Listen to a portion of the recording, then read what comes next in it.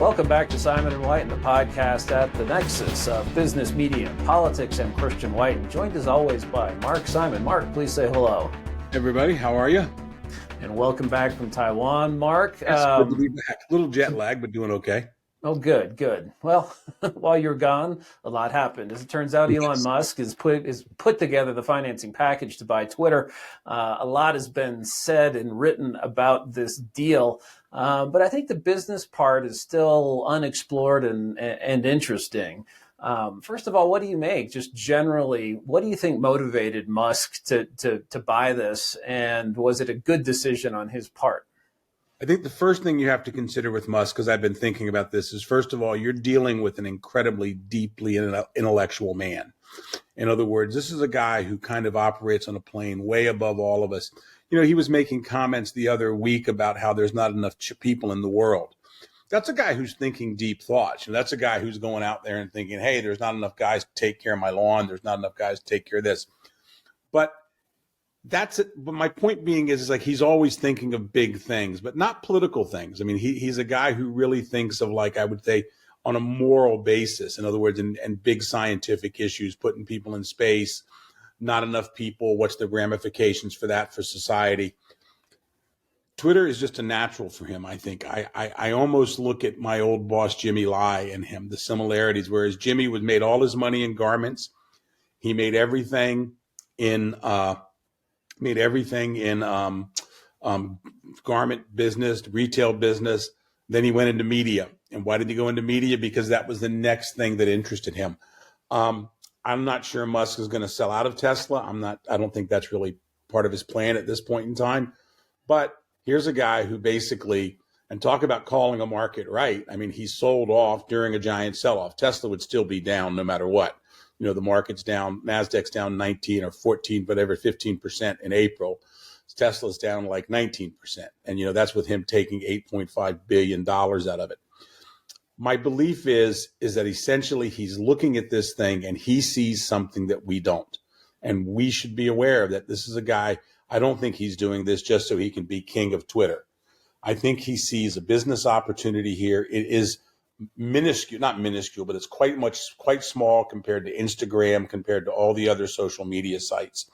So what is he going to do with it? I mean, does he bring it in?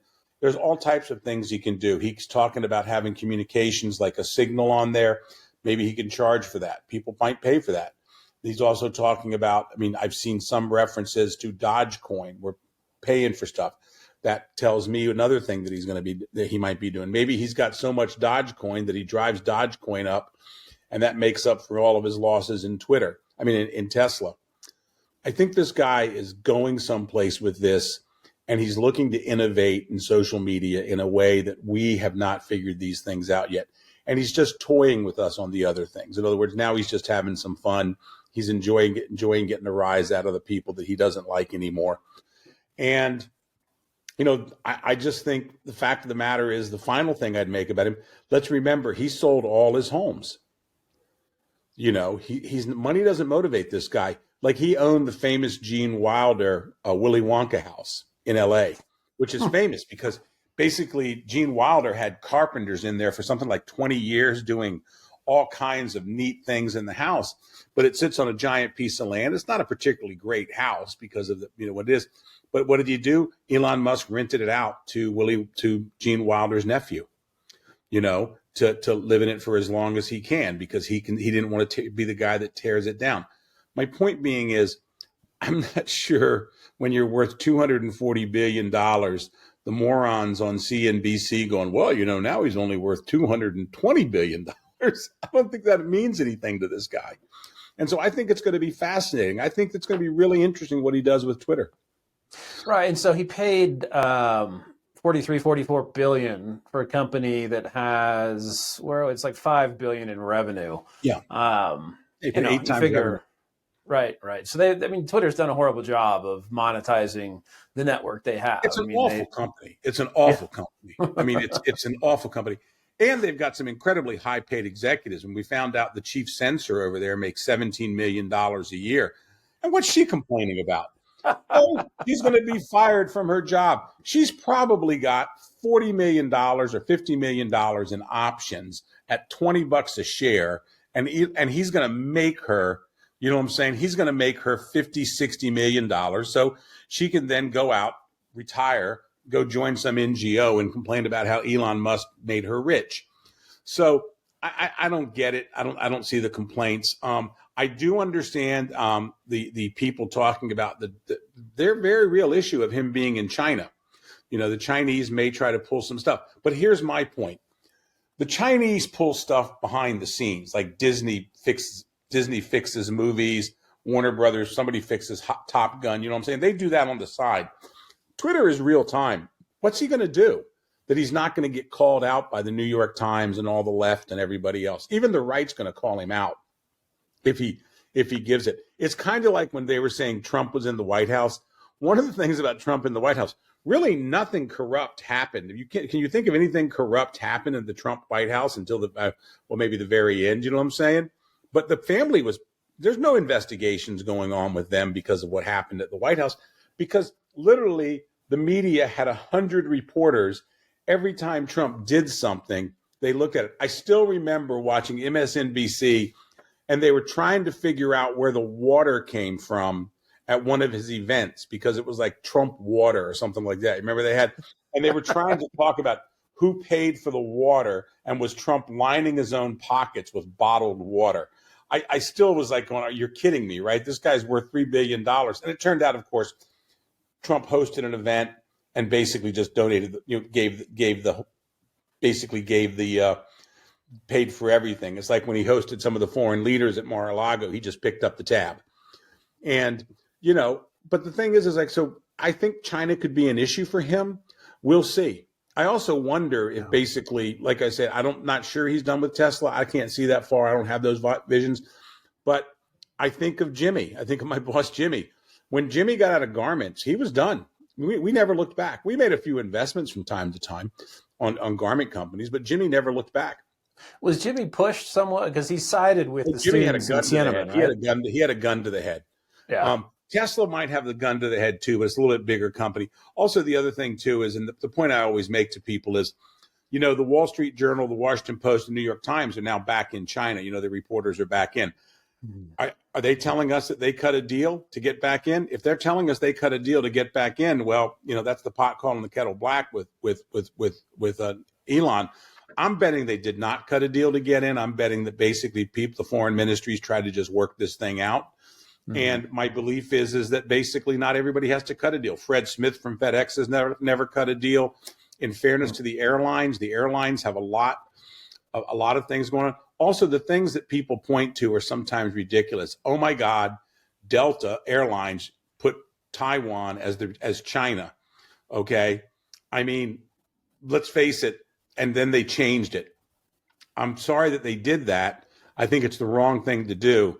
But were you asking that much of Delta to basically change the in-flight magazine?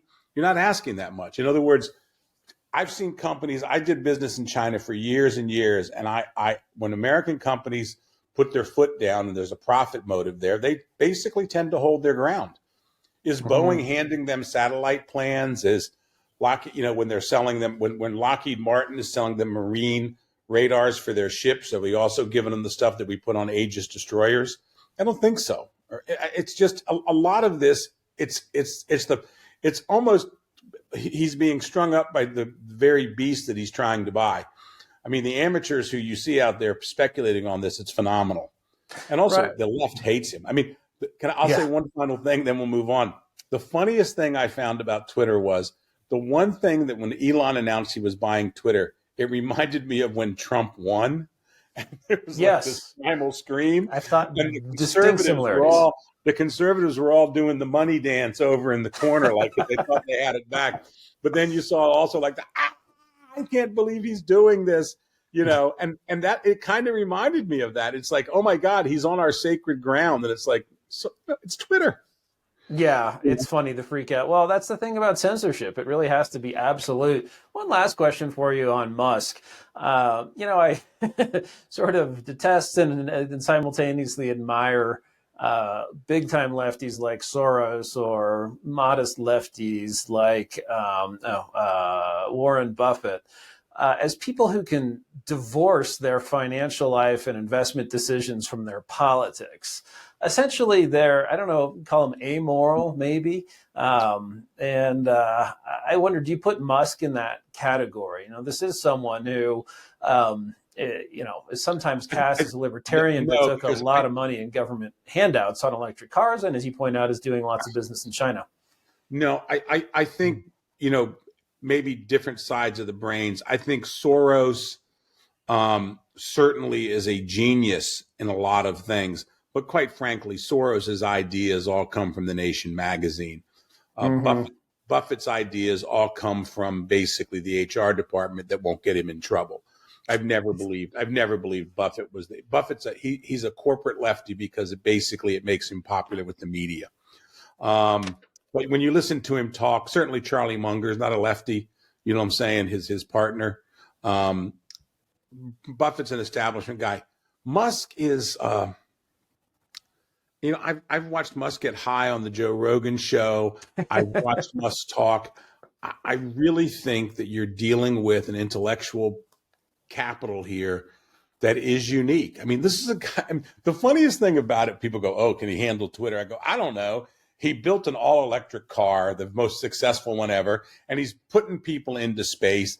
And now he's got some company that's drilling holes in the earth for tunneling, a boring company they call it. And then let's also remember the Thai kids who were trapped in in Thailand, the kids who were trapped up in the cave. Yeah, And they were swimming in a cave, and the tide came up, and they were trapped. Musk spent like 20 million of his own. Literally, it cost him $20 million. Took all his engineers, put everything together. Really didn't help. But now they've said, well, he's built something that maybe could be used in other rescues, in submersible rescues or something like that. My point is like he was working around the clock. He was so tired, he couldn't do it. But he's not exacting. I think he called one of the other guys a pedophile or something like that. One of the rescuers one of the diver who got him. It was a tweet. He may have been high. And the thing is like, yeah, probably. And the thing is, but what kind of person actually says, oh, there's kids trapped in a cave. I'm going to spend, I'm going to not sleep for 5 days and pull all my engineers off everything they're doing and, build this tube that's going to go down in there.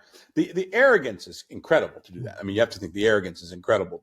But by the same token, this is a guy who basically thinks that way. So I think we're lucky to have him. I mean, yes, he's the model African immigrant.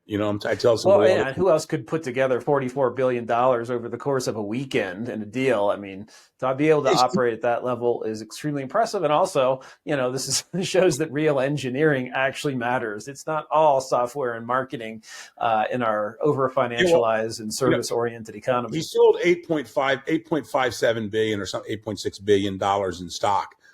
I want to know who bought it, because that's a lot of stock. That's a lot of stock trading. At that point in time, I would bet money at the end of this we're going to see like some Saudi prince or somebody in there who's picked that up. Because let's see it. Also, somebody told me that he made a comment recently that he thought Tesla was overvalued.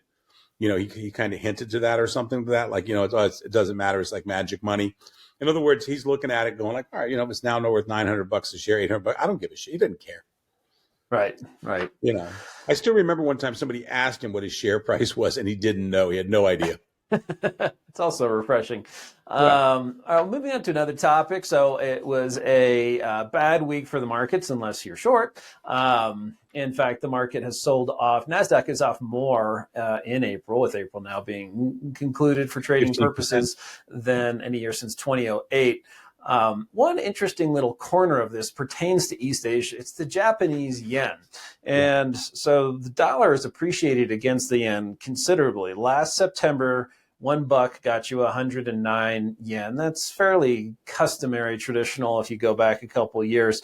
The yen began really to collapse March 3rd when it was trading at 115. and it closed today around 130. Obviously, since we're talking about a currency against the dollar, a higher number is bad for that currency. So that, a 13% drop over the course of 2 months for the yen, accelerating recently. And that's a big move for any currency, especially one of the sort of 2, 3, 4 pillar currencies of the world. The dollar, the euro, the pound, the yen are often grouped together. What do you think is going on here? Is this just weak Japanese monetary policy and near zero or effectively below zero interest rates and people coming to the dollar as we finally start paying interest? Or is there something more fundamental taking place? Well, I tend to believe that everything's demographics with this stuff. You know what I'm saying? In other words, like people say, why is the ruble stronger? Well, it's because there's nobody trading rubles. So basically the economy is sucking that in. The Japanese are not in that situation. I mean, I kind of look at the Japanese yen, 110, 110, 110, 110, then up through the roof. Also, this doesn't really help the Japanese the way it would, 20 years ago, where it makes their exports cheaper, because the fact is they have a lot of components coming in. Fuel and is a big issue for them, and all their imports just becomes a big issue. And also during this COVID crisis, they don't really need a cheaper yen to sell anything. In other words, if you go to the Toyota dealership now and you say, I want a Camry, all right, here's the price, pay it. You know what I'm saying? In other words, there's a shortage of cars, there's a shortage of auto parts, there's a shortage of everything. So in other words, they don't need a weak yen to do these things. I myself think it really has to do with the fact of two things. I think, first of all, the Japanese are feeling somewhat insecure themselves, so they're trying to get out of yen into US dollar.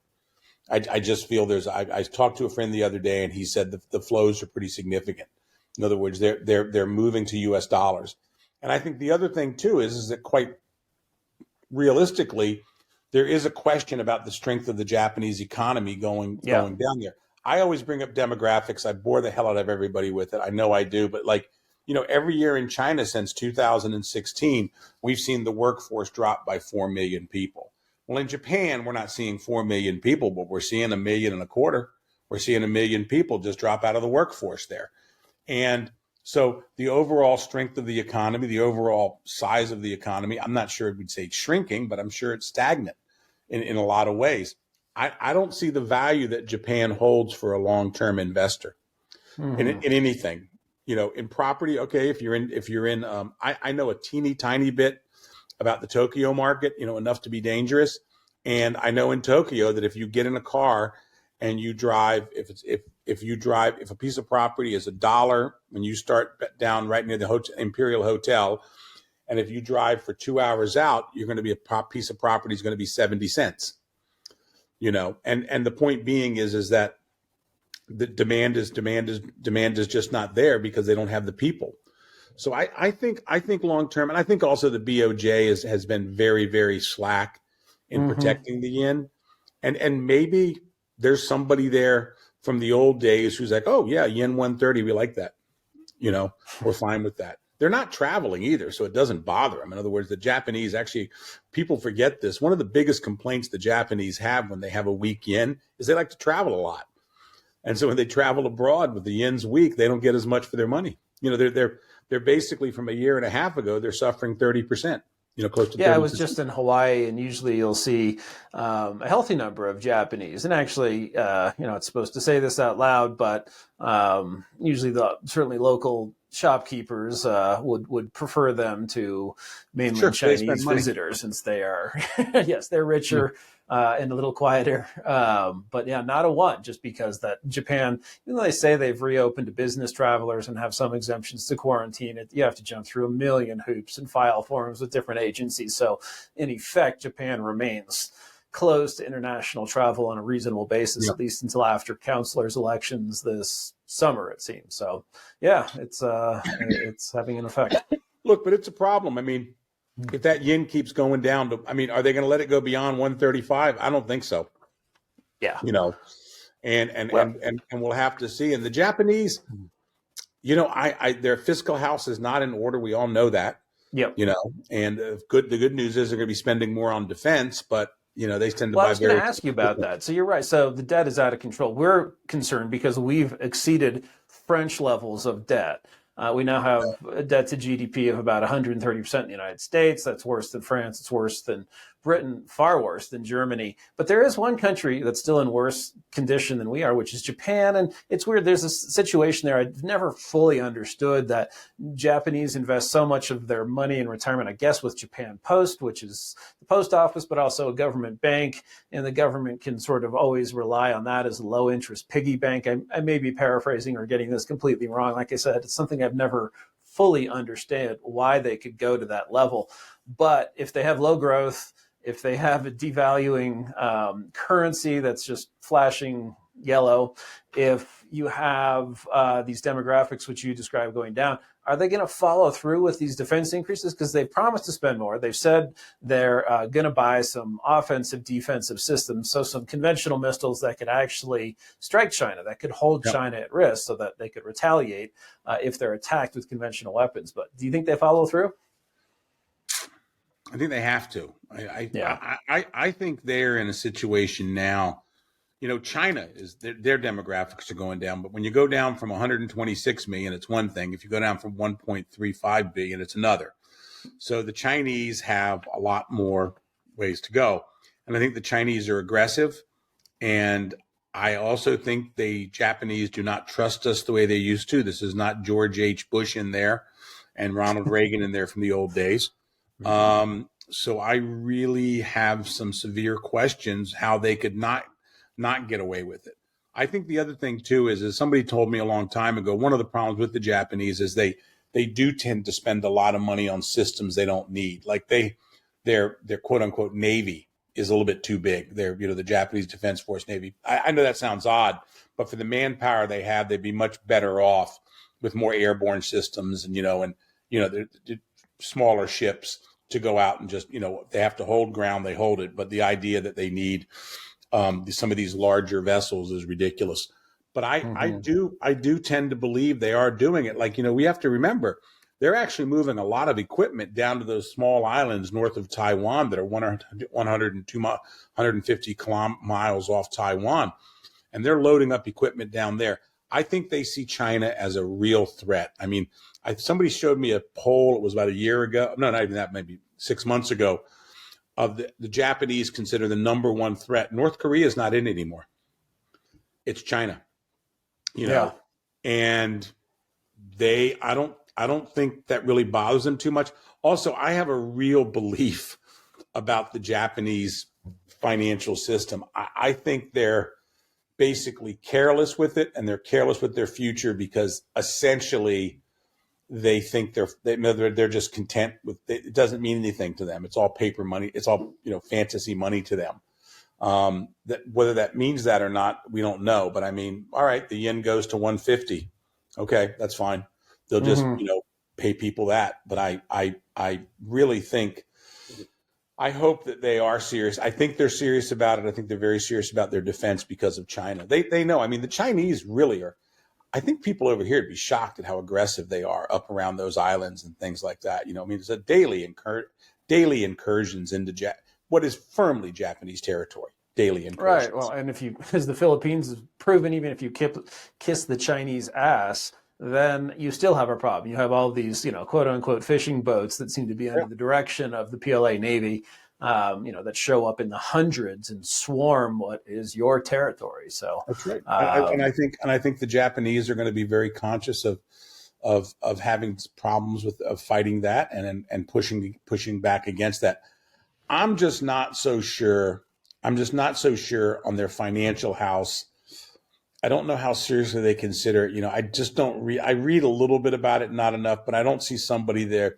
Nobody's making it a campaign issue in Japan. There's nobody going, our deficit is too big. We're very few people make that because, the conservatives run the show. So if they're not going to say it, certainly the socialists are not going to say it. Yeah, that's a good point. You have, uniparty control for a long time there in the form of the LDP. That's a good segue to our final topic, which is China. And a lot going on there with Xi Jinping essentially following a zero COVID strategy. This has worked its way into the U.S. financial system. Apple, in announcing results for Q1, said that Q2 they're going to be off 8 billion in sales because of these lockdowns in China, especially the area around Shanghai, affecting the supply chain for Apple. Now, who knows if Apple is just blaming this convenient excuse, but probably not. This sounds somewhat plausible considering that Apple, unfortunately, has virtually its entire supply chain running through China. Is Xi Jinping out on a ledge within the CCP, or is that impossible to know? You have this party congress coming up this fall that happens once every 5 years. Let me ask you a question. In all your years in D.C., working with state, working in foreign policy, has anybody really ever got China the leadership right? I mean, in your life, in your career, has anybody really go, we know what they're doing right now? Definitely not. And the last time I was back in early Trump, it shocked me because previously I was in a functional bureau working largely on human rights, fighting against the regional bureau, the East Asia Bureau. This time I was in the East Asia Bureau, and among other things, and was surprised to see not the China desk is huge. What used to be a handful of people in the late 80s was now just prolific. And then there's this whole mirror to the China desk in INR, the sort of wimpy intelligence bureau that is within the State Department. And all the analysis seemed very similar. One person at DAS, a deputy assistant secretary within the East Asia Bureau, thought that this analyst from INR, the intelligence bureau, she was so smart because she read the Chinese papers in Mandarin. So I actually, asked her a few questions. She made a few predictions about the last party Congress, which happened at that time, turned out to be totally false. And these are people who are paid to think about China all day, every day. So, there were well publicized media reports that what human intelligence sources the U.S. had in China were completely rounded up through some compromise, people summarily executed. The idea that we or anyone has someone in Xi's inner circle that really understands his thinking or can make accurate predictions, I think is outlandish. It's one of the reasons I kind of like Jim Sasser, because when Xi Jinping came in, Sasser was just blunt. He said, nobody knows anything up there. And then Gary Locke said pretty much the same thing. Xi Jinping is a hardline communist dictator. Okay. In many ways, he shares with Putin this same belief that destiny is now theirs. In other words, if you look at some of the advisors from Putin, I can't remember Wang's last name, but he's the one who basically wrote this famous book that everybody in the Politburo has read, very popular, and basically talked about he came to America and he basically said, there's homeless on the streets everywhere. This place is falling apart. If it wasn't for Asian immigrants in science, they'd fall apart. Basically, an incredibly derogatory view of the United States. And so therefore, I hate to say it, using that great Han superiority complex that does affect China. I hate to say it. I've seen it many, many times. I'm sure over here in America, the politically correct people would say, oh, that's a racial observation. I think anybody who does deal with them, it's called it's called the inner kingdom because they look inside. They basically, they don't look outside. Hermit kingdom or whatever you want to call it. I mean, they really do view themselves, and there is this thing of Han superiority. And Perry Link said one time, the famous sinologist said, when Han superiority merges with this sense of Chinese nationalism, combined with basically trying to fix slights of past history, you get Xi Jinping. And that's what we've got here. I think that Xi has got a lot of problems on his hands. I'll get back to demographics to bore everybody again. He's got that problem. But his real issue is he is now stuck. He's going for a third term. He's broken the model. The model was you get two terms and another guy comes in, his group, in other words, everybody's trading off. She is going for third term. That third term is really not welcomed by most people up there. People I know who follow it up there, I believe them when they say, yeah, it's not welcomed up there. But we don't know enough about the inner circles about what anybody's going to do about it. Here's what I have come to believe after talking to people who know a lot more about it than I do, which is a very low bar because I don't claim to be an expert. But here's what people have been saying with Xi Jinping and Putin. All right, you made friends with this guy Putin. who we've never really been too close to with the Russians. You made friends with him. He's your buddy. You gave him the green light to invade Ukraine after the Olympics. He did it. So what do we got? We've got basically higher fuel prices, which are putting a strain on our economy. We've got one of the bread baskets of the world that's causing for rising grain and grain prices. We've now got most of Europe now firmly against Putin. So in turn, they're taking a more skeptical view of us because we're backing Putin. We had some foreign policy goals in Europe, such as Lithuania and the Germans, who we were trying to push around. Germans are easier to push around than the Lithuanians, ironically. But now that's gone. And our allies who we had over there are having a tough time getting our back because we're basically supplying weapons or whatever, and support to a guy who's bombing what is now seen as an underdog popular country. So you put us in a jam there. We're in a bit of a jam, but we could have made, that's part of life. Then here comes COVID. And with COVID, you've initiated policies that basically have more to do with you being right than solving COVID. Taiwan yesterday had 11,800 cases or something like that. I mean, it's been like a rocket ship since I've left. I think the day I left, they had 4,000. And now, 5 days later, they've got 10,000. But in Taiwan, they have 2 deaths, 3 deaths. I actually believe the Chinese when they have a very low death rate because I think they've got Omicron. So people are getting sick. But they are literally destroying their economy. And the question I have is, unlike America, unlike some other places in the West where the free market can step in and save you. Look at Biden. All of a sudden, Biden's going, hey, you got to drill, get more oil. You know what I'm saying? Xi Jinping, they don't work like that there. So he's basically got all these people locked down. He's got people fleeing cities. They're still an export-based economy. I don't care what anybody thinks. You've got all your expats leaving. That's going to slow you down. You've shut most of your factories. Speaking of Elon Musk, his executives are sleeping on the floor at a Tesla plant trying to make sure that thing works. I was in Taiwan. Most of the guys I smoke cigars with in Taiwan basically are OEM manufacturers in China. And they said they just can't get components. So if their factories are running, they're running at a very low production rate. So she's put them in a real problem. Then does that mean that Xi Jinping gets kicked out? I think not. I'm going to steal from a friend of mine who told me this. He probably wouldn't want his name mentioned, but he's pretty good at this stuff. And he said, imagine you're Xi Jinping, you're going for your 3rd term, and you've got like 5 pillars of control or 7 pillars of control. Let's say you got 7 pillars of control that you want to get for your 3rd term.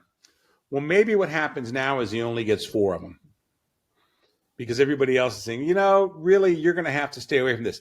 And we just saw that come, and that's why I give this guy credit. We just saw that come to a story today about how they're backing off the tech companies. They were pressing the tech companies. Now they're backing off. So that's not Xi Jinping wanting to back off. That's not him. He's being forced to back off those companies. And he's being forced to back off some of the semiconductor companies. And he is being forced to open up some of the factories. And they just had a Politburo just sent out a thing talking about the economy, the economy, the economy. That's not his message. Don't let anybody fool you. His message as of 2 days ago was COVID, COVID, COVID, zero COVID. 2 days, 48 hours later, there's a message about how we have to work forward in the economy. Okay. So my point is that I think he is not going to emerge. He's going to get a 3rd term. I think it'd be very unlikely unless something drastic happens. But he's not going to emerge as powerful as he was when he started his 2nd term. And it's going to be very interesting to see. And I think a 4th term is out of the question now. In other words, he'll be. Is he picking people up and putting them in jail? I'm not so sure he can do that now. What's going to happen? And we still one of the things, Christian, we have to we don't know enough there. I was told the other day that they're releasing pork from their strategic reserves. They have a strategic pork reserve. Sure, everybody does. Chicken, you name it, we got it. But Excellent. they're Sounds releasing delicious. pork from their pork reserves. In other words, they're releasing food, they're releasing rice, they're getting it out there. And I think that's a problem. The other thing too is I think when you go to a place like Shanghai and Beijing, these are sophisticated people by any means. By every world measure, they're fairly sophisticated people. They're not happy right now. Their lives are being wrecked. I think the fact is the Chinese have very high savings rates, and that's one of the things that's saving them. In other words, these people aren't making money. They're not going to work. Maybe their companies are still paying them. Debt is rising exponentially. Companies are getting loans to make payroll. Okay. Someone's going to have to pay those loans back or they're going to have to eat it. So I think I'm not Gordon Chang. I'm not saying the world is going to end tomorrow, but I think a Xi Jinping leadership in November is going to emerge as a different leadership. And I think the problem he has is what all dictators have. People are starting to question the great leader. Yeah. It brings to mind a part of the book Inside the Third Reich, which was written by Albert Speer, who was Hitler's sort of manufacturing guru as the war went on. And at one point, Speer wanted something that probably was the best choice for the German war machine, but the rest of the Nazi leadership didn't. And Hitler remarked to him that even I have to contend with politics, or that you, Speer, must have to at some point. So even in what seems to be one man dictatorship, you have politics, and you see this in one party states, and that seems to be a factor that is in China. It's just unfortunate that our ability to understand this from the outside is virtually nil, despite spending 80 billion a year on intelligence. Yeah, that's the arrogance that we have. I mean, I think it's one of the things that. But in fairness, I still remember when Trump was elected. I heard from two pro-Beijing guys who wanted to have lunch with me in Hong Kong because they couldn't believe he got elected and they wanted to know what it meant. Okay, because I was Mr. Republican in Hong Kong for a while, and I was like, hell, I don't know. I mean, I voted for the guy, but it surprised me too. I thought Hillary was a sure thing, but I do believe that we don't know what's going on up there. The Taiwanese tend to have some pretty good information. And that's one of the people I talked to when I was there. They're saying that he's having the problem is that everybody now tries to make these, bold statements about what's going on in China. China moves slowly. They move very slowly. And it's also a party leadership. In other words, like when you look at Putin, one of my favorite movies is The Death of Stalin. If anybody has watched it, it's a fantastic movie. But one of my favorites is in Death of Stalin. You kind of see that basically the only way these guys in the Soviet Union used to exit was basically feet first. You know what I'm saying? In other words, you're going out. That's not the way it happens in China. These guys at the Politburo, the top couple of thousand people, they got a good thing going and they know it. Now, maybe it's not so great under Xi Jinping, but they're not going to wreck the system. It's the great myth about Tiananmen in '89, where all these people say, well, the students were going to overthrow the government. No, they weren't. It wasn't even close. And that's what makes the massacre so much more horrible, is that essentially they didn't need to do that. The students were leaving. There was going to be a few things happen probably in the Politburo that would soften them up a little bit. Maybe they would have been on the road to democracy, but the Communist Party was going nowhere. It's not like one of these Eastern European countries, where Ceausescu is up against a wall. Xi Jinping will find his way into a decent position at the end. And, the other thing, too, is we don't know. The only other thing I'd say is Xi Jinping, a lot depends on Putin now. I know that sounds really good because that's the horse that he's backed.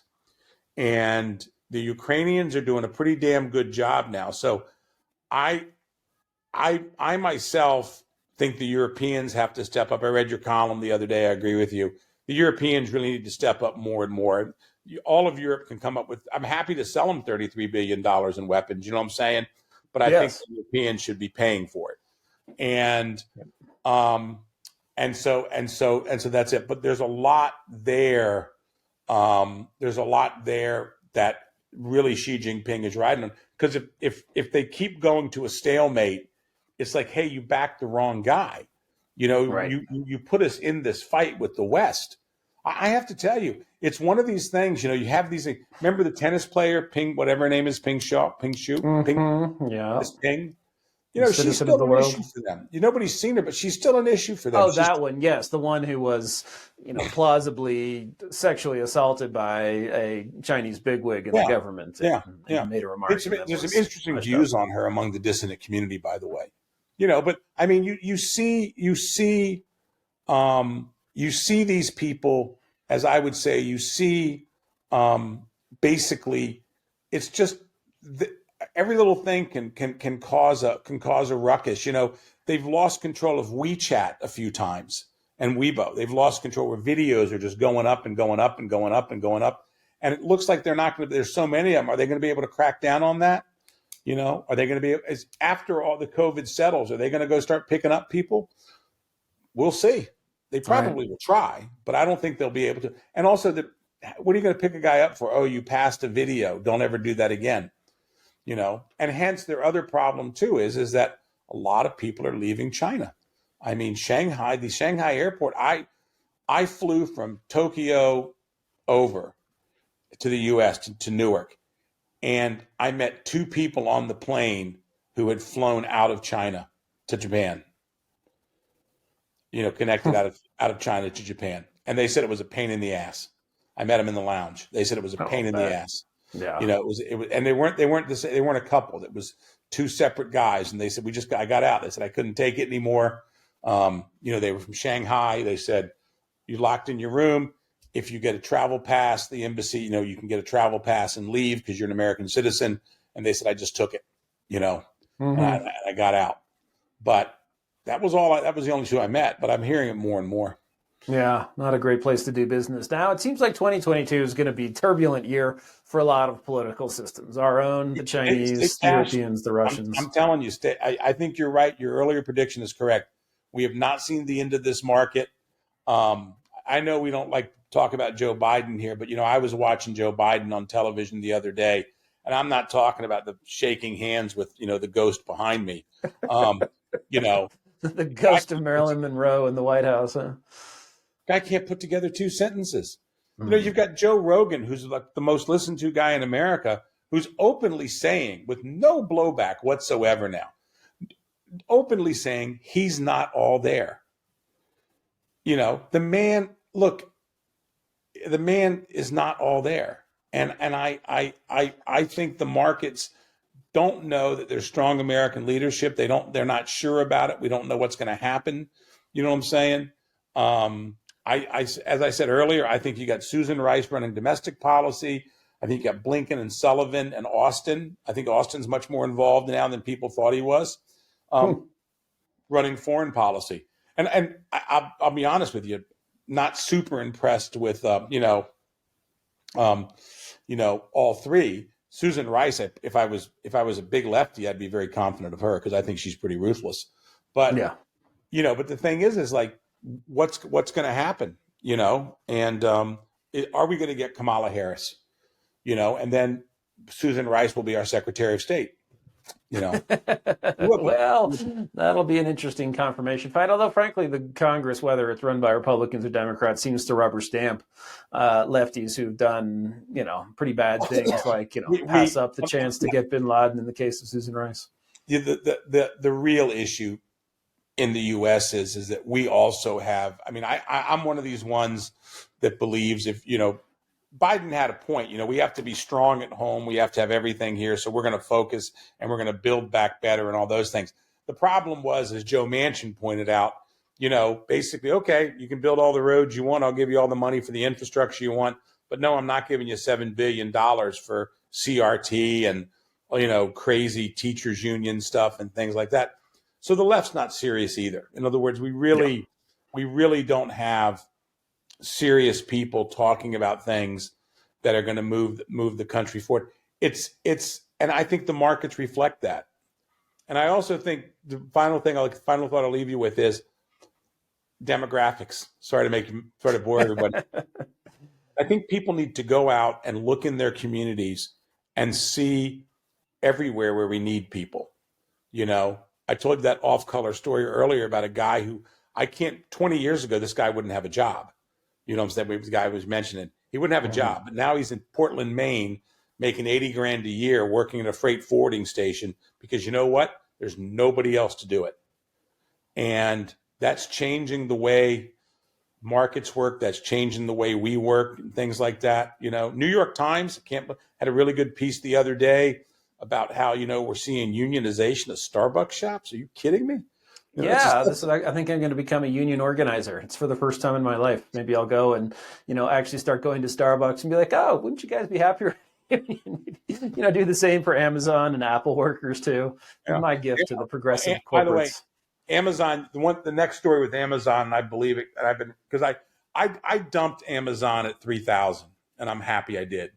And the next thing you're going to see with Amazon is they overinvested, they overexpanded, and because of the supply chain shortage, they're not so great. I ordered dog food the other day. Usually it comes the very next day, 4 days. Yeah, all these I had to run to the store. All these giant tech companies, it's, they say they have tens of thousands of employees. Even Twitter, aside from the army of sensors they must have employed, Twitter's technology has only changed a minor amount in a decade. And their ad sales are automated. So what are these people doing? It's like Detroit in the 60s. It's like Netflix. Netflix at one point in time when they were growing, they bragged, we have less than 1,000 employees, and now they're up to like 6,000. It's like universities. There's a great thing about universities the other day. I'm starting to ramble off. Like universities in the last 8 years have added 200,000 administrative employees. And it actually lowers the IQ on campus. Yeah, but considerably. But I mean, I just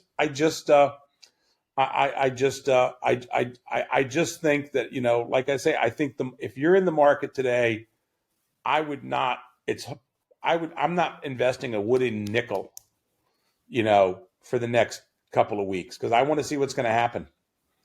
I still think we could see another 15, 17% down. I really do. I look at some of these companies, and I really think it could happen. Even the oil companies, and also Rio Tinto. We're doing okay on Rio Tinto. Okay. But even there, once that demand starts dropping, it's over. Yes, I was holding on to that for a while because I thought, well, inflation will still prop this up. If you look at commodities overall, they haven't fallen that much. But I dumped it because I figure both with that and oil that the coming likely recession will lead to demand destruction, will cut the prices of these, and then probably create another point to get in. We're nowhere near that now. So I think inflation and the commodities play will be back. But you might want to wait out summer until fall. I'm still holding Chevron, but I bought Chevron 2 years ago on the misbegotten notion that it was all going to go through the roof. And it finally has, you know what I'm saying? So it's done. It's been a really nice thing. I should probably sell Chevron pretty soon, but I'm sitting mostly in cash. I sold all my SAAS shares, personal shares. And I look around and I'm not, you really think you're going to be smarter than all the world turbulence going on right now? And I'll bet like I said, I want to see who bought the Tesla shares. 8.5 billion is not absorbed readily by the market. You know what I'm saying? Right. It's just not. Somebody was out there meeting that